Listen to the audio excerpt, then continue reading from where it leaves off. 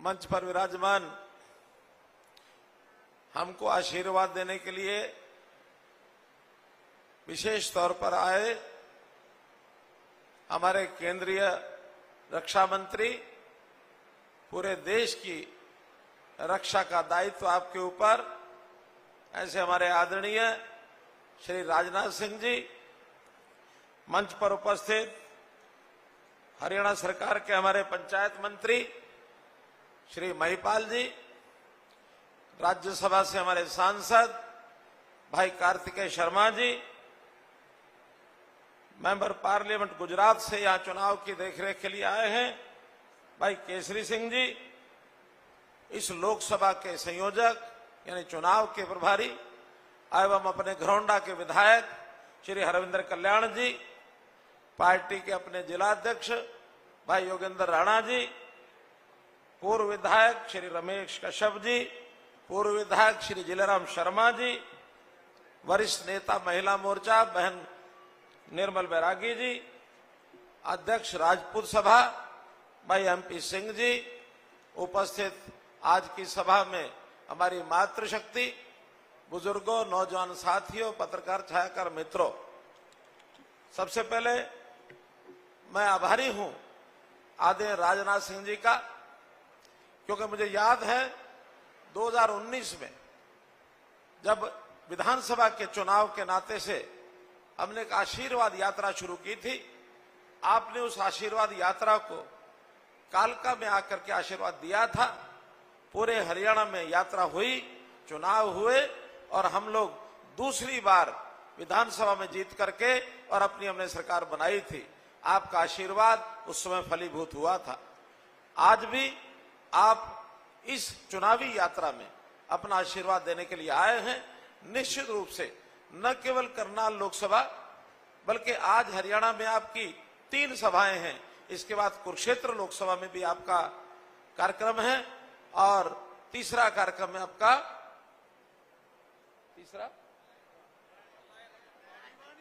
भिवानी। थोड़ा सा अपनी लोकसभा में ज्यादा घूमना है तो तीसरा हमारा भिवानी लोकसभा में भी भिवानी के अंदर कार्यक्रम। मैं समझता हूं आपके इस कार्यक्रम से पूरे हरियाणा में जो हमने लक्ष्य तय किया है कि 10 की 10 लोकसभा हरियाणा की हम जीत करके और साथ में करनाल विधानसभा जहां उपचुनाव हो रहा है, हमारे मुख्यमंत्री चुनाव लड़ रहे हैं, 11 के 11 कमल खिला करके और हम 4 जून को आप लोगों की झोली में डालेंगे, ऐसा मुझे पूरा विश्वास है। भाइयों बहनों, पिछले 10 साल में देश की रक्षा सुरक्षा में सेनाओं को एक प्रकार से मान सम्मान दिला करके उनका एक उच्च स्थान करने के लिए जो भी काम देश में आपने माननीय नरेंद्र मोदी जी देश के प्रधानमंत्री इन लोगों ने संभाला है, देश के सेनाओं का मनोबल बहुत ऊंचा हुआ है।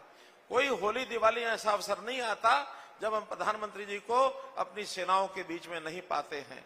सेनाओं का जो मनोबल कांग्रेस के समय होता था उसको कहीं ऊंचा आपने उठाया है।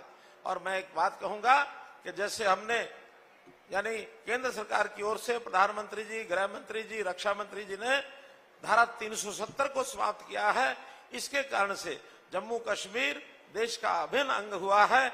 तो वहां पर सीमाओं में जो जम्मू कश्मीर को लेकर के विवाद रहते थे, पाकिस्तान के साथ विवाद रहता था, अब वो एक प्रकार का विवाद शांत भी हुआ है और हमारे देश के जो सैनिक हैं उनकी शहादतों में कमी आई है। देश के अंदर सैनिक हों अथवा पूर्व सैनिक हों, इनका सबका ध्यान रखने का काम जिस प्रकार से आपने किया है, हरियाणा उसमें गौरवान्वित है। क्योंकि हम जैसे देखते हैं हरियाणा हमारा सेना का यानी जवानों का, किसानों का और पहलवानों का प्रदेश है। यहाँ देश के जितनी सेना की शक्ति है 10% सैनिक हमारे हरियाणा से संबंधित है, जबकि हमें हरियाणा की आबादी देश की केवल 2% है। हमें इस बात का गर्व है कि हम देश की रक्षा में अपनी भूमिका को निभाते हैं, जबकि कांग्रेस के समय में इन्हीं सेना के बल को किस प्रकार से कमजोर किया जाता था। कभी भी सैनिक ऑपरेशन कोई होता था, कांग्रेस के लोग सबूत मांगते थे और सबूत मांगने का मतलब उनकी अपनी राजनीति जैसे चलती होगी, लेकिन सेनाओं का मनोबल टूटता था। सेनाओं का मनोबल टूटने का मतलब हम देश में कमजोर होते थे।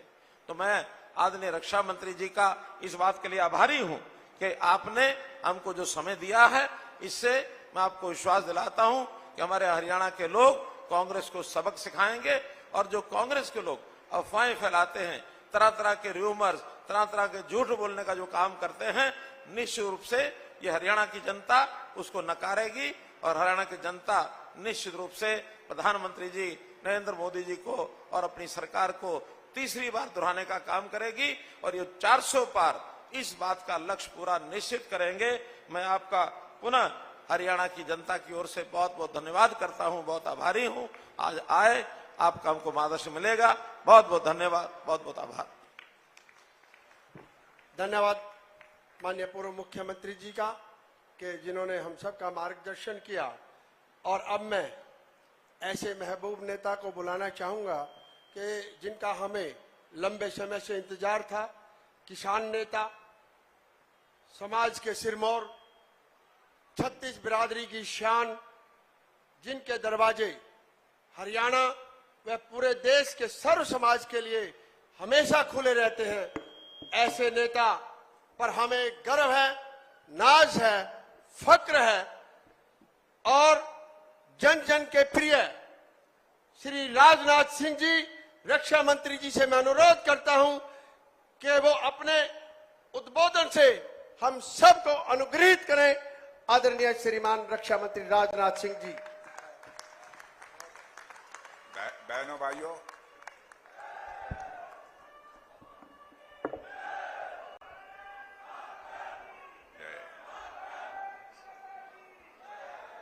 बहनों भाइयों, मैं आप सबसे क्षमा चाहूंगा। आंध्र प्रदेश की एक सार्वजनिक सभा को संबोधित करने के बाद तो मैं यह मंच से उतर रहा था। आप लोगों ने देखा होगा कि मेरी जल्दी जल्दी चलने की आदत है, जल्दी जल्दी चढ़ने की आदत है, जल्दी जल्दी उतरने की आदत है। उसी में मेरा पैर फिसल गया था, इसलिए एक पैर में, दाहिने पैर में चोट लग गई है। डॉक्टर्स ने कहा कि 7 दिन आपको आराम की आवश्यकता होगी। मैंने कहा यदि आराम करना होगा तो मैं 30 तारीख को बाद, जबकि चुनावी प्रचार का दौर समाप्त होगा, तभी मैं आराम करूंगा, उसके पहले आराम नहीं करूंगा। बहनों भाइयों, यदि आज आपके बीच में आया हूं, कुछ दर्द भी लेकर आया हूं और कुछ दो टूक बातें करने के लिए भी आपके पास आया हूं। पहली बात तो मुझे यह लगती है, हरियाणा का लोकसभा का चुनाव इस समय हो रहा है, हरियाणा के साथ साथ पूरे देश का चुनाव हो रहा है और उसके 6 महीने के बाद फिर हरियाणा विधानसभा का भी चुनाव होगा।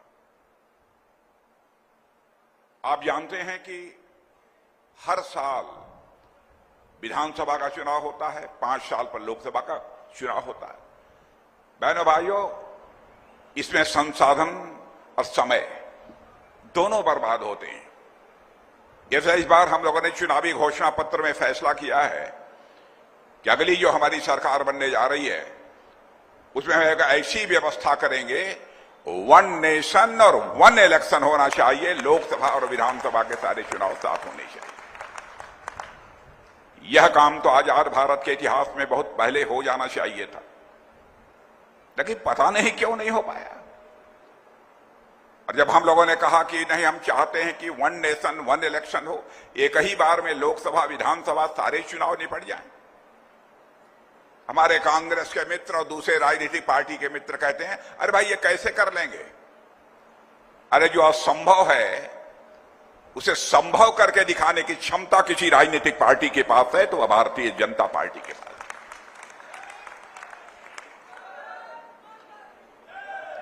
और बहनों भाइयों, उसको कर को हम दिखाएंगे। और हरियाणा में एक वेदना लेकर आया हूं और मैं जानता हूं कि हरियाणा के लोग स्वाभिमान के धनी होते हैं। मान, सम्मान और स्वाभिमान उनके हृदय की सबसे बलवती भावना होती है। वह भूखों मर सकते हैं लेकिन अपने मान, सम्मान, स्वाभिमान से कभी समझौता नहीं कर सकते।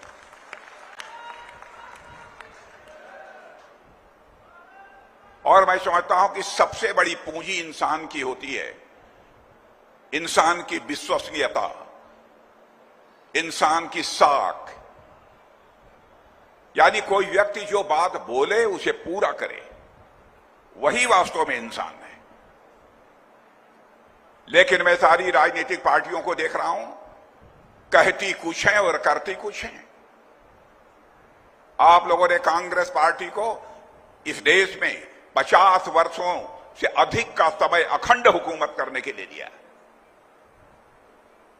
पंडित जवाहरलाल नेहरू ने भी कहा था, हम गरीबी को समाप्त करेंगे इस भारत से, क्योंकि भारत अब आजाद हो गया है। श्रीमती इंदिरा गांधी ने कहा कि मैं भी समाप्त करूंगी। राजीव गांधी जी आए, उन्होंने भी कहा कि हम गरीबी समाप्त करेंगे। डॉक्टर मनमोहन सिंह जी आए, उन्होंने भी कहा कि हम गरीबी समाप्त करेंगे। बहनों भाइयों, गरीबी समाप्त नहीं हुई। और मेरे आंकड़े पर यदि किसी को संदेह हो तो मैं अपने प्रेस के दोस्तों से भी कहना चाहता हूं, वह इसको वेरीफाई कर सकते हैं, इसको सत्यापित कर सकते हैं। आजाद भारत के बाद, आजाद भारत में पहली बार किसी प्रधानमंत्री ने 25 करोड़ लोगों को गरीबी रेखा से बाहर करने में कामयाबी हासिल की है, तो उसका नाम है श्री नरेंद्र मोदी। और मैं आपको यकीन दिलाकर जाना चाहता हूं बहनों भाइयों, भारत की पूरी गरीबी को समाप्त करने में बामुश्किल 10 से लेकर 15 वर्षों का ही समय लगेगा, यदि हमारी सरकार आगे काम करती रही। आज तक जो हम लोगों ने कहा है उसे किया है। कोई हमको बतला दे, हमारे यहां कोई व्यक्ति गलत वादे कर सकता है, लेकिन पार्टी का जहां तक सवाल है, पार्टी मेरे बहनों भाइयों कभी गलत वादे नहीं कर सकती है। मैं आपको याद दिलाना चाहता हूं, 1951 में जब भारतीय जनसंघ के रूप में हम लोगों ने अपनी राजनीतिक यात्रा इस भारत में प्रारंभ की थी, उस समय हम लोगों ने कहा था, जिस दिन हमारी केंद्र में सरकार बन जाएगी, धारा 370 जिसके तहत जम्मू कश्मीर को विशेष राज्य का दर्जा प्राप्त है, उसे हम चुटकी बजाकर समाप्त कर देंगे। और आपने देखा कि समाप्त कर दिया। हम लोगों ने कहा था, जिस दिन दिल्ली के संसद के दोनों सदनों में हमको स्पष्ट बहुमत मिल जाएगा, ऐसी परिस्थितियां पैदा होंगी कि अयोध्या की धरती पर भव्य राम का मंदिर बनकर रहेगा। और आपने देखा, बन गया। और बहनों भाइयों, मुझे याद है कि जिस समय हम लोग 1984 में झंडे लेकर रामलला का नारे लगाते थे कि रामलला हम आएंगे, मंदिर यहीं बनाएंगे, हमारे विरोधी ये कहते थे, हाँ बेटा रामलला हम आएंगे, मंदिर यहीं बनाएंगे, लेकिन तारीख नहीं बताएंगे। बहनों भाइयों, अब 22 जनवरी का दिन आ गया। हमारे प्रधानमंत्री ने 12 दिन का अखंड उपवास करके धर्माचार्यों के मार्गदर्शन में रामलला की प्राण प्रतिष्ठा अयोध्या में कर दी। अब आपको कैसा लगता है ये तो मैं नहीं जानता, लेकिन मैं जितना जानता हूं भारत के सांस्कृतिक और धार्मिक इतिहास को, उस आधार पर मैं कह सकता हूं बहनों भाइयों, मुझे तो लगता है अब रामलला अपनी कुटिया से निकलकर, अपनी झोपड़ी से निकलकर अपने महल में प्रवेश कर चुके हैं। भारत में राम राज्य का आगाज होकर रहेगा और दुनिया की कोई ताकत रोक नहीं सकती।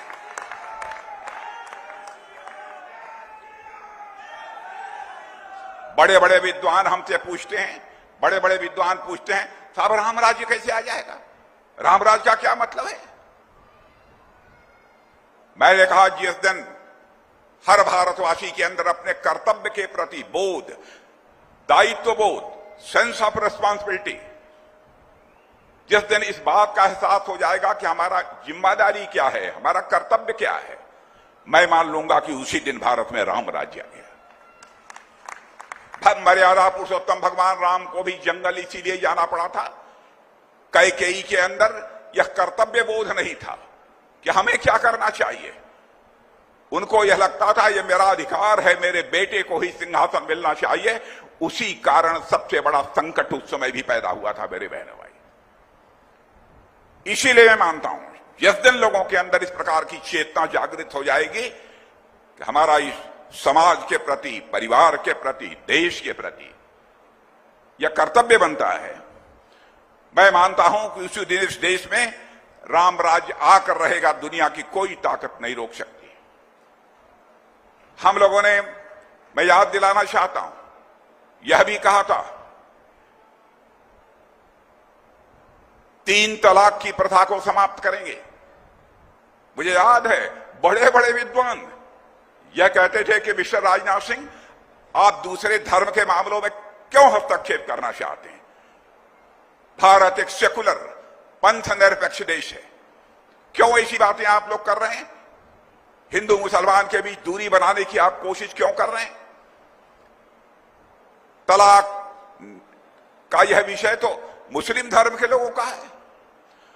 बहनों भाइयों, मैं साफ कर देना चाहता हूं और तहे दिल में यह बात कर रहा हूं,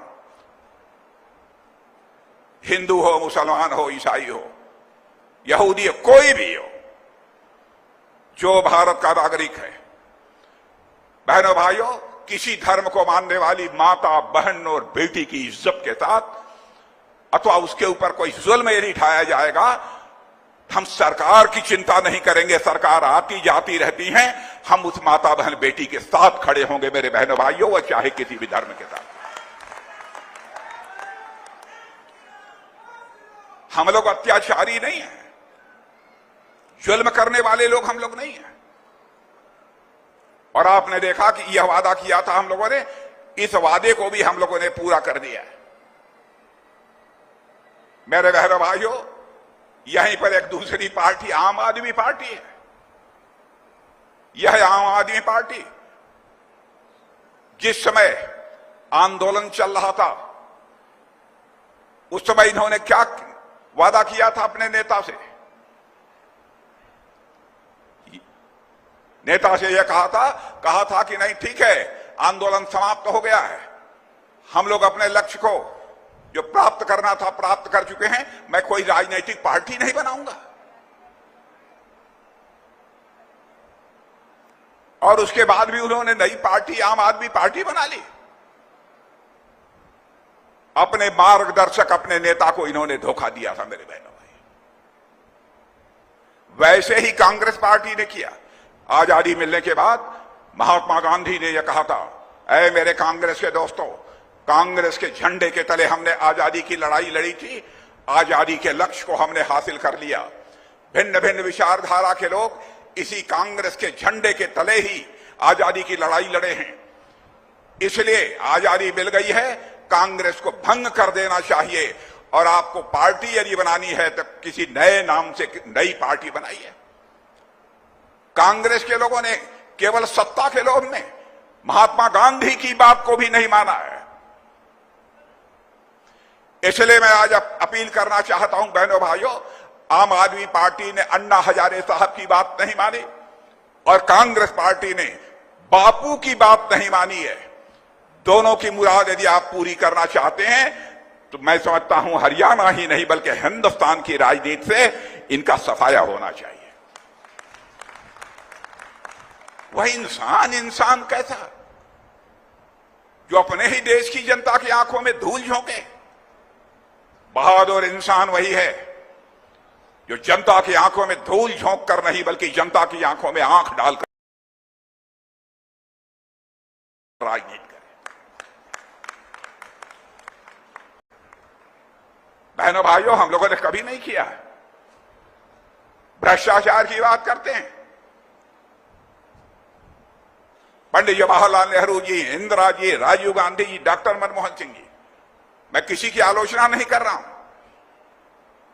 लेकिन मैं डॉक्टर मनमोहन सिंह की बात याद दिलाना चाहता हूं। डॉक्टर मनमोहन सिंह जी ने अच्छे आदमी थे, मैं आलोचना नहीं करता हूं।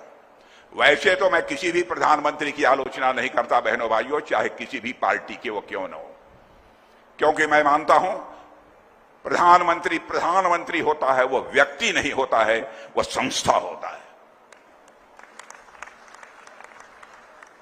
स्वस्थ लोकतांत्रिक व्यवस्था में मर्यादाएं किसी भी सूरत में टूटनी नहीं चाहिए।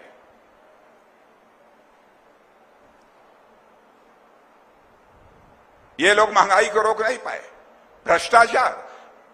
राजीव गांधी जी जैसा व्यक्ति है, उसने कहा मैं क्या करूं, दिल्ली से 100 पैसा मैं नीचे भेजता हूं, बामुश्किल 14-15 पैसा लोगों की जेबों में पहुंच पाता है।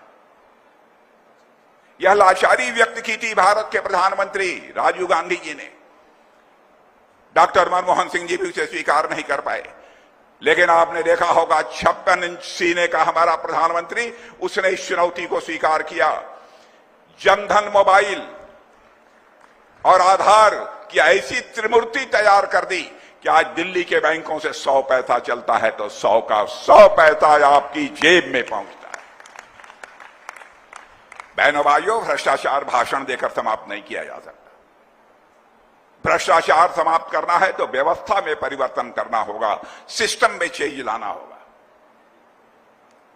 तभी जाकर भ्रष्टाचार को समाप्त किया जा सकता है। मैं कांग्रेस के दोस्तों से पूछना चाहता हूं, हरियाणा में भी हमारे कांग्रेस के वरिष्ठ नेता हैं, उनसे भी मैं पूछना चाहता हूं, क्या यह सच नहीं है केंद्र में जब जब आपकी सरकार रही है, आपकी सरकारों पर भ्रष्टाचार के आरोप लगे? यहां तक कि आपकी सरकार के रहते आप ही के मंत्री को अदालत के आदेश पर जेल की हवा खानी पड़ी है। क्या सच नहीं है? कोई मां का लाल यह बतला दे, चाहे आदरणीय अटल बिहारी वाजपेयी जी की सरकार रही हो अथवा नरेंद्र मोदी जी की सरकार रही हो, किसी मंत्री के दामन पर एक भी भ्रष्टाचार का कोई छींटा लगाओ। जनता को झूठ बोलकर, आंखों में धूल झोंककर आप समर्थन हासिल करते हैं। मैं समझता हूं 75 वर्षों में, इस आजादी के काल में अपने मतों का प्रयोग करते करते पर जनता राजनीतिक दृष्टि से अब काफी जागरूक हो चुकी है। जनता को अब कोई गुमराह नहीं कर सकता। मेरे बहनों भाई, ये कहते हैं मोदी जी को 400 से अधिक सीटें मिल गई, लोकतंत्र खट्टे पर पड़ जाएगा, तानाशाह बन जाएंगे। मैं आपको याद दिलाना चाहता हूं, पुराने लोग जो यहां पर बैठे हैं, 1975 में, उसके पहले के चुनाव में श्रीमती इंदिरा गांधी चुनाव हार गई थी। पिटीशन था, हाई कोर्ट में पिटीशन हार गई। नैतिकता के नाते उन्हें अपने पद से त्याग पत्र दे देना चाहिए था, लेकिन उन्होंने क्या किया? देश में इमरजेंसी लगा दी, लोकतंत्र का गला घोंट दिया, लाखों की संख्या में उठाकर जेल के शिक्षों के पीछे डाल दिया। बहनों भाइयों, मैं 24 साल की हमारी उम्र थी, मैं भी भुक्तभोगी हूं। 24 साल की उम्र में मुझे 2.5 महीने तन्हाई में रखा है मिर्जापुर की जेल में। जिसे वेरीफाई करना हो वेरीफाई कर ले, और उसके बाद उठाकर सेंट्रल जेल नैनी में ट्रांसफर कर दिया। 18 महीने की यातना हम लोगों ने जेल की सही है। कांग्रेस के कारण लोकतंत्र का गला इन लोगों ने घोटा था। अब जब मेरी मां की सदमे में मृत्यु हो गई, जब मेरे चचेरे भाई उन्होंने यह बतलाया इमरजेंसी 1 साल के लिए और बढ़ गई, स्वाभाविक है, मां होती है। मेरे बहनों भाइयों, ब्रेन हेमरेज हो गया। माता आनंदमयी हॉस्पिटल में वाराणसी में 27 दिन तक भर्ती हुई, बाद में इस दुनिया से चल बसी। इन्होंने मुझे पेरोल तक भी नहीं दिया। और बहनों भाइयों, मैंने याचना भी सरकार के सामने नहीं की कि उनको पेरोल मिलना चाहिए, क्योंकि मैं याचना नहीं करता हूं, मैं रण में विश्वास करता हूं। ये झूठे आरोप लगाकर भोली भाली जनता को ये लोग गुमराह करते हैं। मेरे बहरे भाइयों, कोई हो तर्क कर ले मुझे।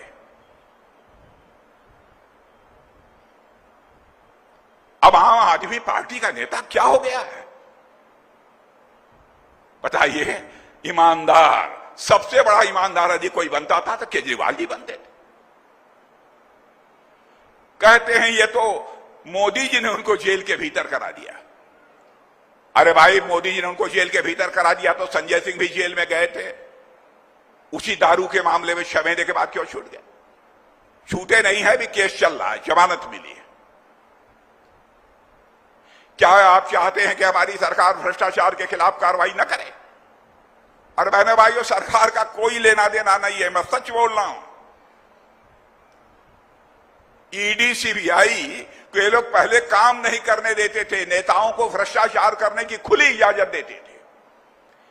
2014 के पहले, हमारी सरकार आने के पहले, केवल ईडी सीबीआई इतनी बड़ी संस्था, इतनी बड़ी फौज, केवल इस देश में भ्रष्टाचार के मामले में 32 लाख रुपया जब्त किया था इन लोगों ने। कांग्रेस के शासन की बात बतला रहा हूं, 32 लाख। और इस बार की भ्रष्टाचार के खिलाफ हम लोगों ने मुहिम छेड़ी है मेरे बहनों भाइयों, तो आपको जानकर गौरव की अनुभूति होनी चाहिए कि इस बार लगभग 22,000 करोड़ रुपए या कैश बरामद किए गए हैं। और इतना ही नहीं, 1 लाख करोड़ से अधिक की संपत्ति जब्त की गई है। आप लोग ये क्यों नहीं, ये लोग नेता लोग, हिम्मत है, ईमानदारी है तो खुलकर जनता से बात करो। आप 50-55 वर्षों तक हुकूमत किए, 32 लाख रुपया भ्रष्टाचार में आप लोगों ने जब्त किया। कहां ये बड़े बड़े नेता आलीशान महल बनाकर घूमते हैं?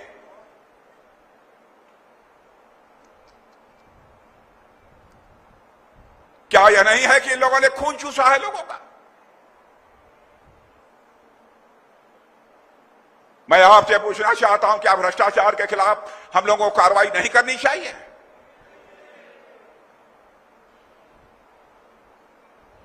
इस पर भी अंगुली उठाई जाती है। मैं जानता हूं ये सब सारे लोग बड़े चतुर होते हैं, आपके सामने आकर गलत तर्क पेश करेंगे, लेकिन मेरे सामने आकर गलत तर्क पेश करें।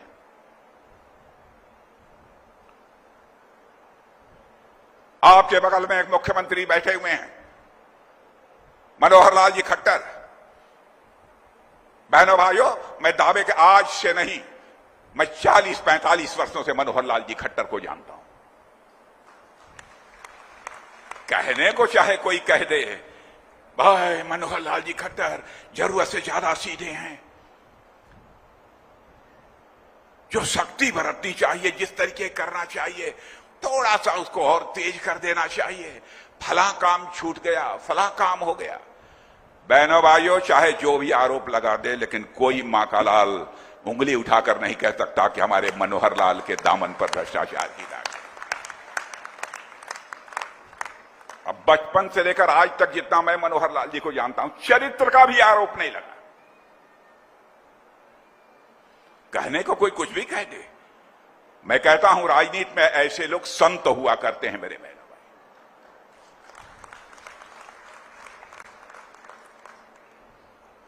देश आगे बढ़ रहा है, भारत का कद दुनिया में ऊंचा हुआ है मेरे बहनों भाइयों।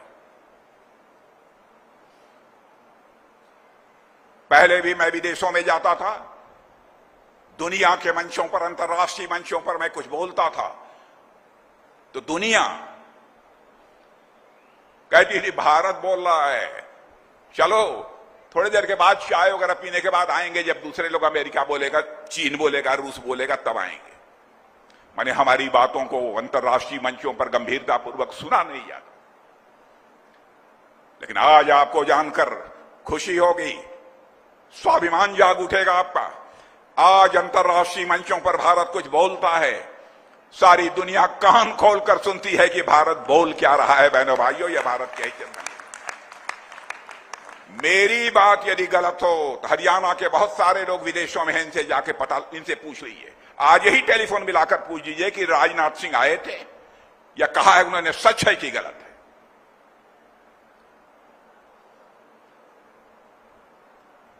मैं झूठ बोलकर आपका समर्थन नहीं हासिल करना चाहूंगा।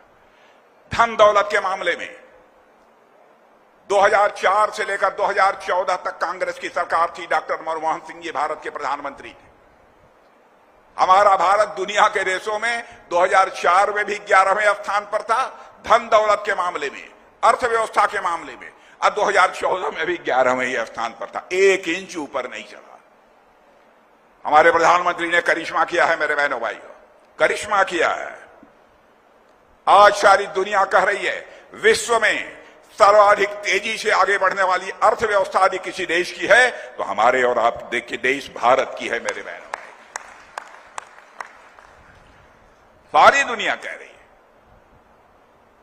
और आज आपको मैं बतलाना चाहता हूं, आपको जानकारी होगी समाचार पत्रों के माध्यम से कि 2014 में जब हम लोगों की सरकार बनी थी, धन दौलत के मामले में हमारा भारत दुनिया के देशों में 11वें स्थान पर खड़ा था। 8 साल के अंदर जंप लेकर 5वें स्थान पर पहुंच गया। और मेरी बात सुन लीजिए, मैं नहीं कह रहा हूं, अंतर्राष्ट्रीय दुनिया की फाइनेंशियल फर्म्स बोलते हैं, वह दावा कर रहे हैं कि भारत जितनी तेजी से आगे बढ़ रहा था, अब इस सच्चाई को नकारा नहीं जा सकता कि 2027 आते आते धन दौलत के मामले में भारत दुनिया का तीसरा देश बन जाएगा मेरे बहनों। अमेरिका होगा, चीन होगा, उसके बाद हम और आप होंगे, भारत होगा। और मेरी बात सुन लीजिए, आज मैं कहकर जा रहा हूं 2047 क्रॉस करते करते हो सकता है 10-15 साल उसके बाद और लग जाएं, 20 साल। लोग तो 2070 की बात करते हैं, लेकिन मुझे पक्का विश्वास हो गया है कि भारत जिस तरीके से आगे बढ़ रहा है, भारत विश्व की महाशक्ति बनेगा मेरे बहनों।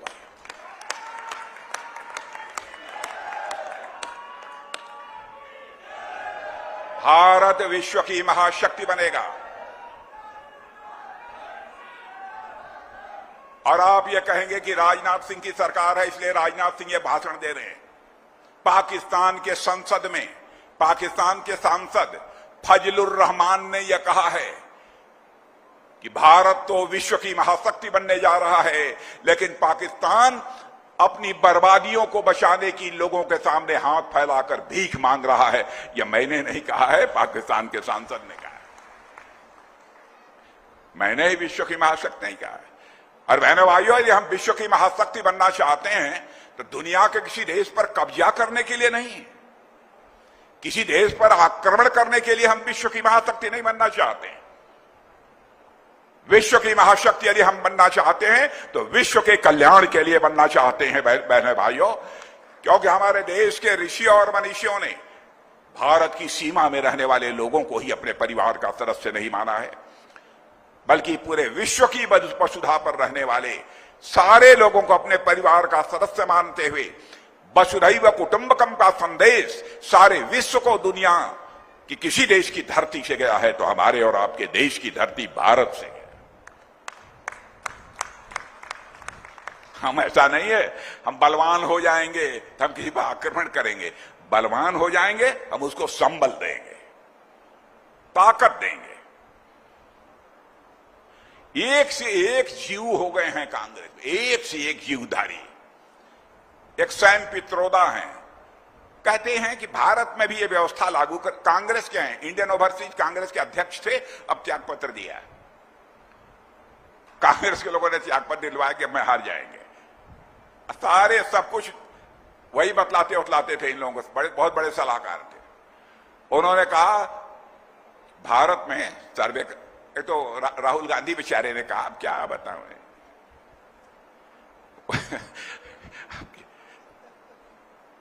बहन भाई, राहुल गांधी ने कहा कि आपकी संपत्ति का सर्वे कराया जाएगा, तनिक भी इधर उधर कुछ ज्यादा है उठाकर दूसरों को बांट दिया जाएगा। आप लोग तो प्रसन्न होंगे, इससे खुश हैं कि नहीं है?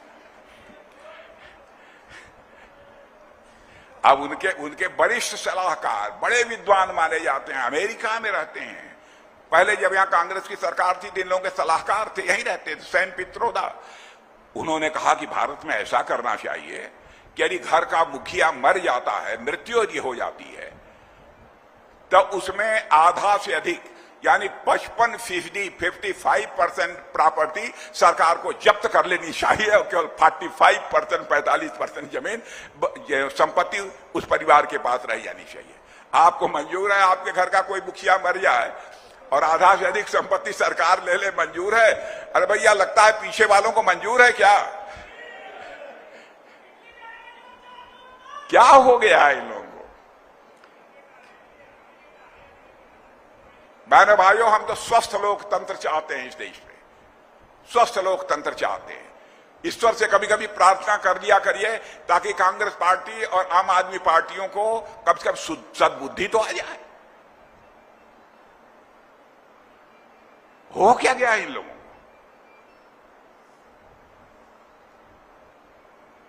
और बहनों भाइयों, रक्षा के मामले में भी हम लोग कमजोर नहीं है। बताइए, 2006 में एक सच्चर कमेटी कांग्रेस ने बनाई थी। उसने कहा देखो, सेना में गिनती कराओ, कितने हिंदू हैं, कितने मुसलमान हैं, कितने ईसाई हैं। हरियाणा में ऐसे बहादुर सेना के जवानों की कमी नहीं है। उनसे पूछिए क्या उन्हें मंजूर है? वन रैंक वन पेंशन की बराबर बात करते थे। सेना के जवानों को नहीं मालूम होगा, अधिकारियों को तो मैं बतलाना चाहता हूं, 500 करोड़ का ये प्राविजन करते थे, प्राविधान करते थे बजट में। 500 करोड़ में वन रैंक वन पेंशन लागू हो जाएगा। बहनों भाइयों, लाखों करोड़ जी खर्च किया है अपने नौजवानों, अपने देश के सीमा के जवानों के सम्मान में, तो भारतीय जनता पार्टी ने किया है। हम लोगों ने वन रैंक वन पेंशन प्रभावी तरीके से लागू किया।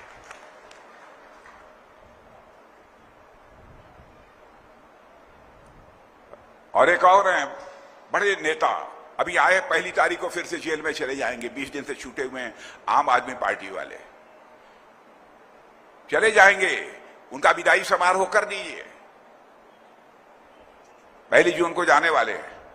बहनों भाइयों, उन्होंने वादा किया था, अन्ना हजारे से ही नहीं समस्त देशवासियों से वादा किया था, यदि मैं मुख्यमंत्री बन गया दिल्ली का तो कभी सरकारी आवास में नहीं रहूंगा। जाकर देख लीजिए, शीश महल सरकारी पैसे से बनवाया है उन्होंने। शीश महल में रहते हैं और उसी शीश महल में अपनी ही पार्टी की सांसद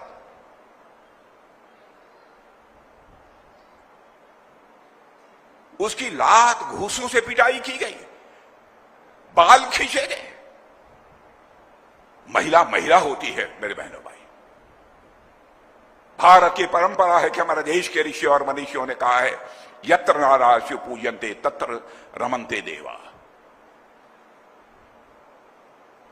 और वह उनकी सांसद है, राज्यसभा की सांसद है।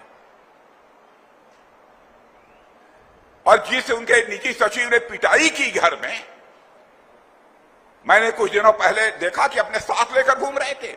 आज एक लफ्ज उसके बारे में नहीं बोलते हैं।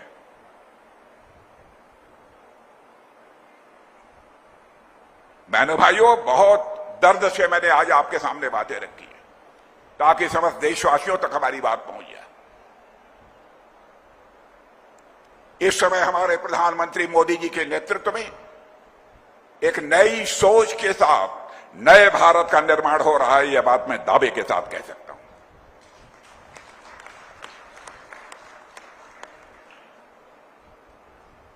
और आपको पता नहीं क्या लगता होगा, लेकिन मैं कह रहा हूं, मनोहर लाल जी खट्टर जैसा प्रत्याशी आपको मिला है। बहनों भाइयों, आप सौभाग्यशाली हैं। आप कहते होंगे कि राजनाथ सिंह इतनी क्यों प्रशंसा करते हैं? क्योंकि मनोहर लाल जी खट्टर का रग रग मैं जानता हूं, इसलिए मैं प्रशंसा करता हूं। आप 10, 5, 15 साल से जानते होंगे, मैं इनको 40, 50 साल से जानता हूं। इनको अविवाहित रहकर समाज की सेवा करते हुए मैंने देखा। भारत के प्रधानमंत्री भी मनोहर लाल जी खट्टर का सम्मान करते हैं। कहीं न कहीं कुछ है तभी न। भाषण दे लें कांग्रेस के लोग, कह दीजिए आरोप लगाने वाले पहले अपने गिरेबान में झांक कर देखें। अरे भाइयों, आप सब, मैं जानता हूं हरियाणा के लोग बड़े स्वाभिमानी होते हैं। देश को बचा लीजिए, देश का मस्तक ऊंचा होना चाहिए। इस बार कहीं का कोई प्रत्याशी बीजेपी का थोड़ा गड़बड़ भी दिखाई देता हो, इस बात को भूल जाइए।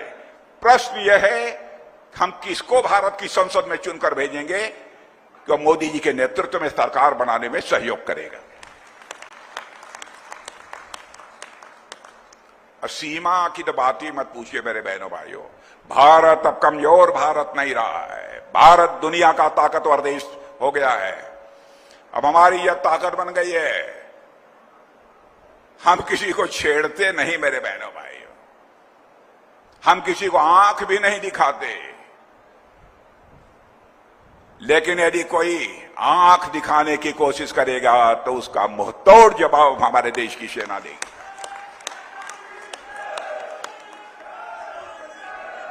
और मेरे बहनों भाइयों, मेरी बात सुन लो, मेरी बात आप सुन लो। भारत कमजोर भारत नहीं है।